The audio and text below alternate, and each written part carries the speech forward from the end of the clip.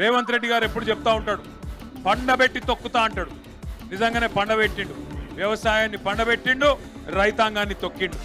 రైతు బంధు కేసీఆర్ గారు 2 పంటలకు ఇస్తే నేను 3 పంటలకు ఇస్తా అన్నాడు. నాటేసే టైంకు కేసీఆర్ గారు ఉన్నప్పుడు రైతు బంధు పడేది. ఒకసారి కాదు, 2 సార్లు కాదు, 11 సార్లు 70 లక్షల మంది రైతుల ఖాతాల్లో 73,000 కోట్ల రూపాయలు జమ చేసిన నాయకుడు ఎవరు? కేసీఆర్ గారు. కానీ ఈ మొనగాడు ఎన్ని మాటలు చెప్పిండు ఆ రోజు? 2 పంటలకు ఇస్తారా, 3 పంటలకు ఇయ్యాల రైతు బంధు అన్నాడు. 2 పంటలకేనా, 3వ పంటకి ఇయ్యవా అని నిలదీసిండు. 10,000 15,000 ఇస్తా అన్నాడు. ముష్టేసినట్టు 10,000 ఇస్తావా, మా సోనియమ్మ మీద ఒట్టు 15,000 ఇస్తా అన్నాడు. మరి అలా సోనియమ్మ మీద ఒట్టేసినావు కదా, ఇచ్చినవా 15,000? వచ్చినాయా?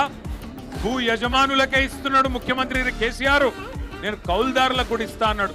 పట్టించుకుంటున్నాడు మళ్ళీ అలా కౌలు రైతులను. రైతు కూలీలకు నెలకు 1000 రూపాయలు ఇస్తా అన్నాడు.